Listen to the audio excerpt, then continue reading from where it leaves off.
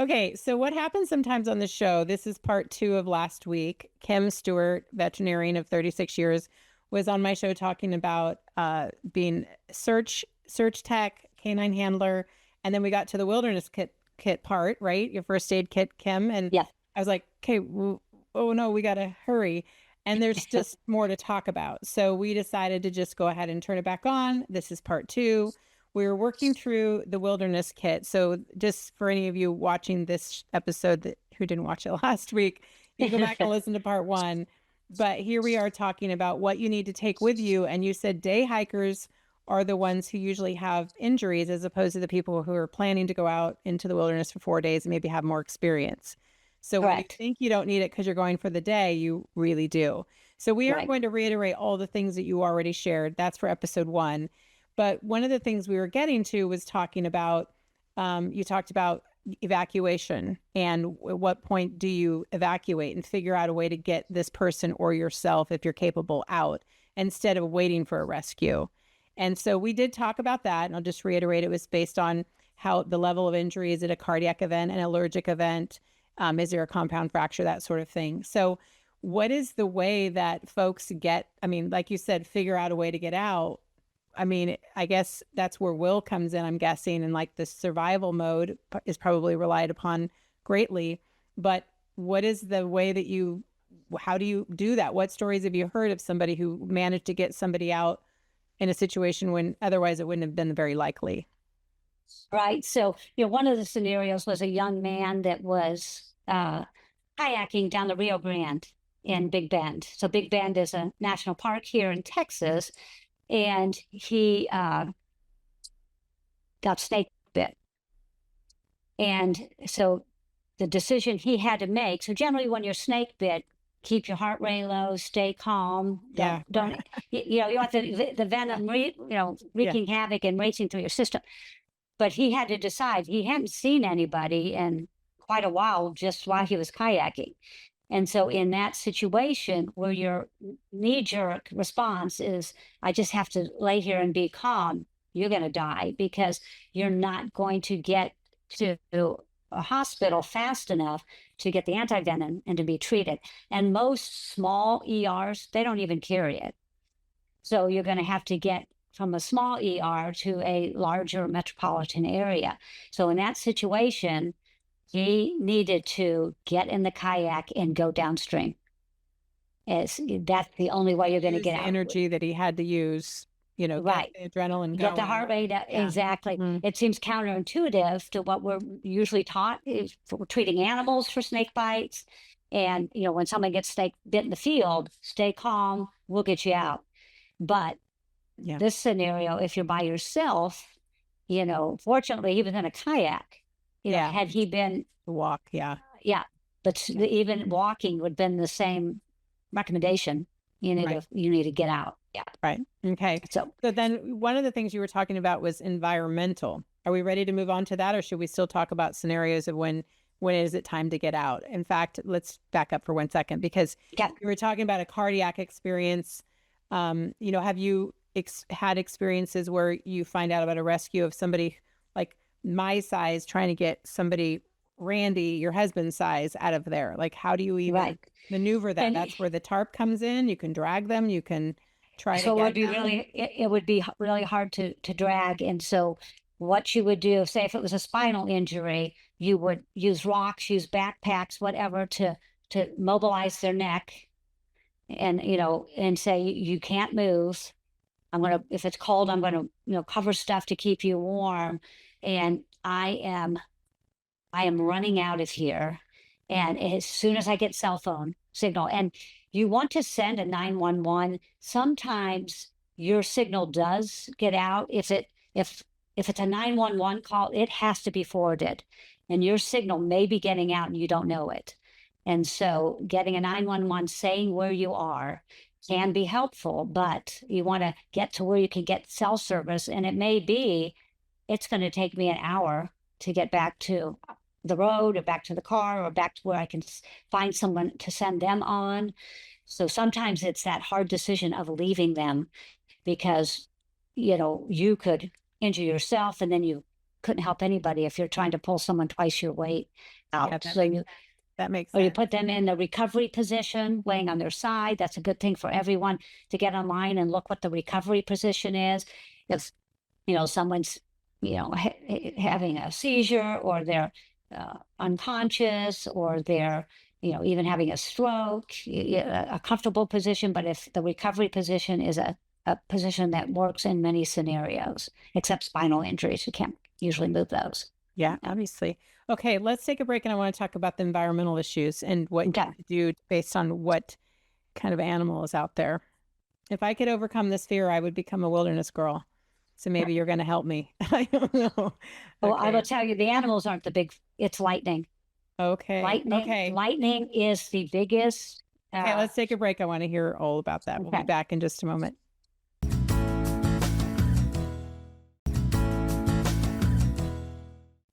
Okay, Kim. So just before the break, you told me that animals like bears, big cats, things, animals of this nature are not the biggest threat. But let's first talk about them as the threat and what you do depending on what type of animal you encounter and Okay. if you're injured. Then You tell me, because I have no idea. so believe it or not, the biggest environmental hazard out there is lightning. So the problem with lightning, it can sneak up on you. But first, let's talk about the animals. We're going to build. First, talk We're about- going to sorry, talk build about up to the level of Okay. what's the most biggest concern. Okay, so people, especially in your part of the country, where there's bears, both brown bears or black bears and grizzlies, and then mountain lions, obviously, oh gosh, I don't want to be eaten by a bear. So generally what's happened with the black bear, they've become very curious, right? And humans have unfortunately led to their curiosity by feeding them or letting food be in places where they can find it. And they associate now food with people. That's not a good thing. And because the black bear has done that, they have become more aggressive in coming near humans and being combative. And so when you see a black bear, you want to be big and loud and make a scene, wave your arms, even move fast, be a kind of aggressive in your behavior. Not run Because fast, right? Just you move. never run. Okay. just They can move run fast. faster than Yeah. you're moving. You're standing. Or hey bear, and everyone stands together, and you make like a big target. So last and you year look I was floating the river, and I saw a bear so we live near Leavenworth, and Right. there's a bear right under the bridge. And we could go this way or this way. We just kind of stopped and had our snack. Most people listening will know where that Y is, right where Leavenworth is. And there's a bridge where people were riding their bikes. And there was a bear under there, a black bear. And I couldn't see around the corner. I'm not going to go the route of the black bear no matter what. And so there was another way to go. And if there hadn't been, I would have waited for it to run off. But I couldn't see around the corner. So I didn't know if she had cubs there, on the other yeah. side, and I did not want to get between her and her cubs if she had them there. But I was terrified. And anyone I shared that story with, they're like, oh, is it a black bear? Oh, it's like a big dog. I'm sorry. It's not like a big dog. Yeah. And like what you're saying, you're reading more and more about it. Of course, now, because I have my phone here, I'm going to see all of these stories and all these reels about bear attacks. I see a picture of a bear, I end up having a bad dream, whatever. Oh. So it isn't, and we let the people know that the bear was coming across, or the bear was down there, and they said, what do we do? I said, just stay there, give it a minute. And it ran up the hill. Don't know where it went, but that's just right there in town, like a huge touristy spot. So they're everywhere. Right. So people say, oh, I've been hiking forever, I never see a bear. That's changing, period. That's changing. We know that. You just said it. Right. Why it's Right. changing. So Well, we're infringing upon their area, and you have to be alert. You just have to. I just don't think Right. I just don't think it's quite like 20 years ago. Right. So you never run from a black bear, and you never run into the woods, right? And if they do come upon you, you want to kick and fight and scream and be aggressive, which is different from what you want to do with a grizzly bear. So a grizzly bear, you still want to make yourself big. And if there's multiple people, you stand close together, you put your arms up and you say, hey bear, hey bear. You don't look in their eye, and you don't run, You don't climb a tree. You don't run and hide. If they do come after you, you don't kick and fight, because they will respond to that. You you're not going to scare them off. At that point, you protect yourself. Protect your head, protect your face, lay face down, cover your neck with your hands. Bear spray, though, is very effective. And anytime you're in bear country, you do want bear spray, and you want it on your person, handy. handy. Yeah. Exactly. Your backpack. Yeah. Now, mountain lions are a lot like black bears in how you respond. You want to be big. You want to be loud. You want to, yell at them. You can use bear spray on mountain lions. It's very effective. But with mountain lions, they will go after small children, 3 years and under. You immediately pick up small children and make them look like they're attached to you. Mm-hmm. You don't, let them, kind of sit on their own. And so you keep your again, kids close to you on a hike then too, right? So they're Right. not prey. Yeah. and a mountain, like a black bear, you fight back with a mountain lion. Again, with a grizzly, you do not. So that's kind of the big difference. Okay. So then, and so then you're saying that you have a chance still of fighting them off at that point. You have a chance. Yeah, most people don't get killed by bear or mountain lion attacks. They don't die from them. Interesting. They may have a different look about them, but they After that, but I feel like there's a Yeah. They sell bear spray at Costco, and I just walked by it again the other day, and I thought, I just got invited to go hiking recently. I'm like, yeah, I got to tell you, I'm a little afraid of bears. Now I'll go on regular, like I said, the hikes. I'd rather go where there's rattlesnakes than where there's bears. I just would rather. And there's definitely those options here.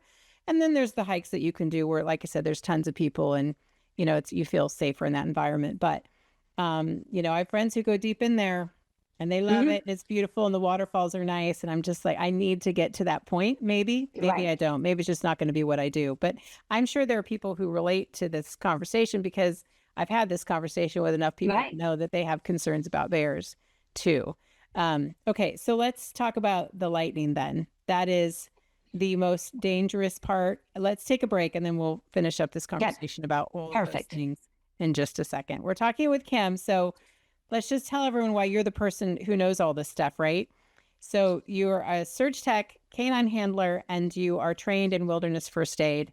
And you've given us a list of a kit. If you didn't hear it from last week's episode, Kim gave it all that information in the previous episode. We decided to talk again. Previous episode is on the website. We decided to keep talking because there's just more to cover. So For sure. let's take a break. We'll talk about the lightning, because you said that's actually the biggest concern. Right. For sure. Which is funny, because people always say, oh, you're more likely to get struck by lightning than to get attacked by a bear. But that's a flip of what we're talking about here. So Exactly. let's take a break. We'll be right back.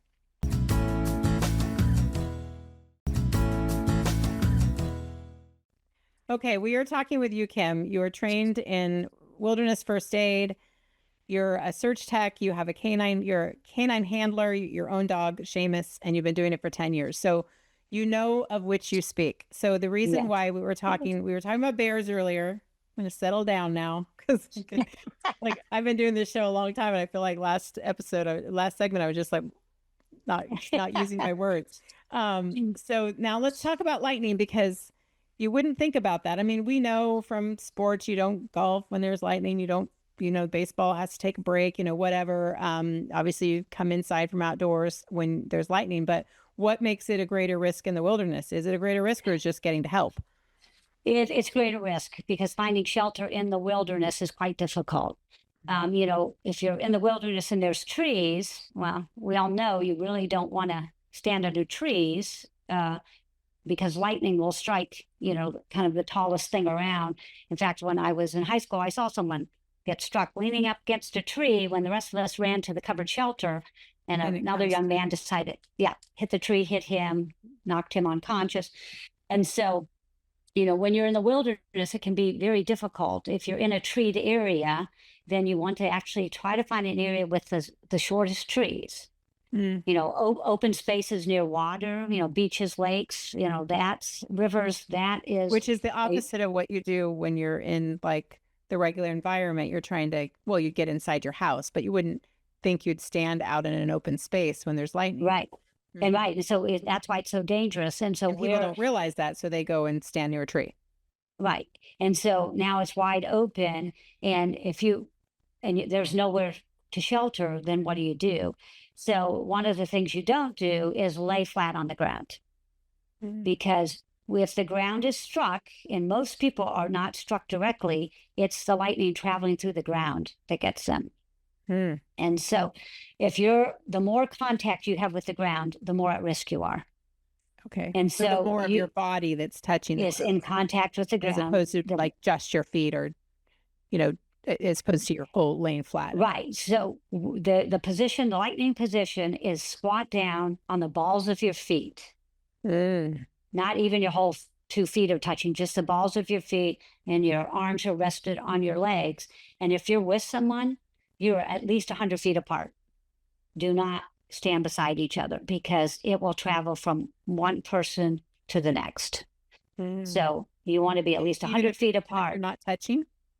even if you're not touching, because that how far lightning can travel, uh, scatter along the ground. So, that's one of the, reasons why, a field and a whole soccer team, Yeah. was knocked out. Um, well, they all had metal cleats on too. That didn't help, but Mhm. they all got knocked down because of how it travels horizontally through the ground. Okay. So then you're not trying to stand up on a rock or rest off something. If anything's touching the ground, including yourself, then you're at risk. Is there Right. So, anything in your bag? Can you sit on your bag? Or that's still going to come through the ground. There's nothing. yeah, There's nothing. Yeah. yeah. Still nothing. So, yeah. So that's the best, position. They call it the lightning, position. And you could be sitting in that position for a while. That's a good reason to be in shape when you go out there. I mean, some people can't Exactly. squat down like that. Yeah. The other thing about lightning is, most people survive.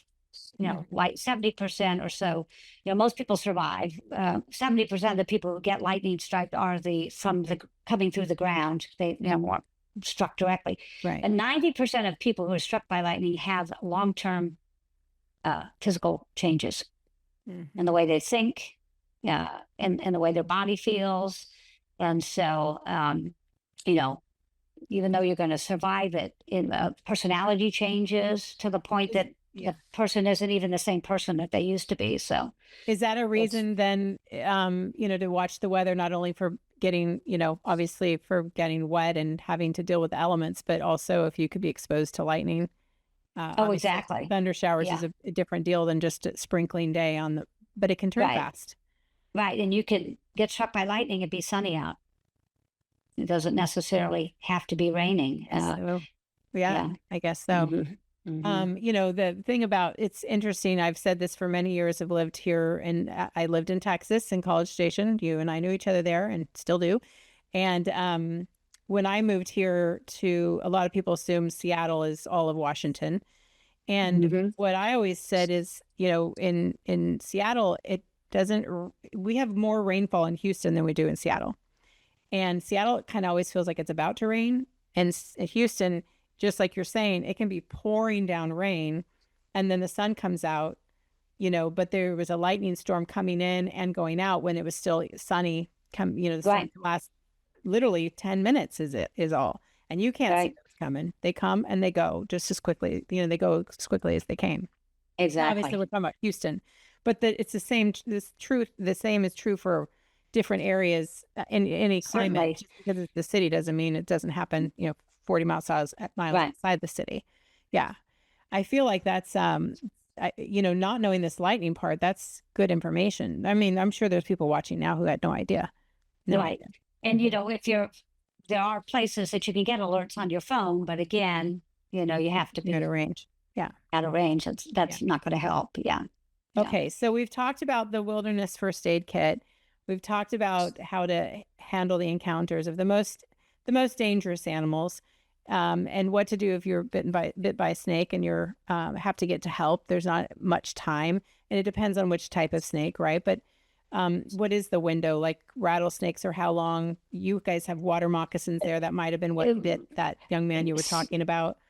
Right. It's so in human emergency, medicine, they don't care what snake it is.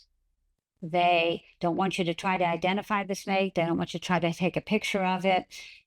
They, for the most part, will assume, based on what the bite looks like, that it was a venomous snake. And there are certain parts of most ER doctors hopefully know what snakes are in their area, but for the most part, they're not interested in that. Where veterinary medicine, we're more like, we're not asking you to see the snake or capture, but did you see it? Try to help us decide. Do they need to get somewhere where they can get the anti-venom? And it's expensive, and a lot of people can't afford it. And so, if we can try to identify what the snake was, then we might do that. But we'd never want anyone to put themselves at risk to try to identify a snake and get bit again. Even what's a snake the window of who's time in general, then what's the rule if you don't know what kind of snake bite it is to get yourself as quickly as possible. So pretty much immediately when it happens, immediately go to the ER and get evaluated, because some of the symptoms can come on really quickly. And Okay. Well, let's wrap up then, because we got to do 2 episodes, which is good, because I felt like we had more to talk about, and you're just a wealth of information. And so the last part I just want to say, so if someone's interested in getting into the search part of what you're doing as a search tech or a canine handler, obviously you have a dog if you're a canine handler, but what are the steps that people take in this last couple minutes? So most areas of the United States have search and rescue organizations, within their county or their city, depending on how big the city is. And if you live in a kind of touristy wilderness area where people like to come, those are areas that most likely have volunteer search and rescue organizations. We're 501(c)(3)s, we're volunteers. And so just kind of Googling, search and rescue organizations near me is the best place to start. And then, contact, usually they have a way that you can contact them and kind of, find out more about different organizations around you and see what their mission statement is, if they're something that, you think you want to be part of. Now, there's some hoops, of course, you have to jump through, and oftentimes you spend time with them, they spend time with you, and decide if this is a good fit. I mean, it's time consuming. It's not a hobby. So, we're not interested in people who just want to put it on their resume. I mean, you definitely, huge commitment, right? Huge commitment, time, money. I mean, time away from their family. Well, thank you so much for being here, Kim. Appreciate all your knowledge and You're sharing welcome. with us. We don't have 2 episoders here very often, so you had a lot to share. I appreciate your time. I'm honored. Yes. I'll see you soon.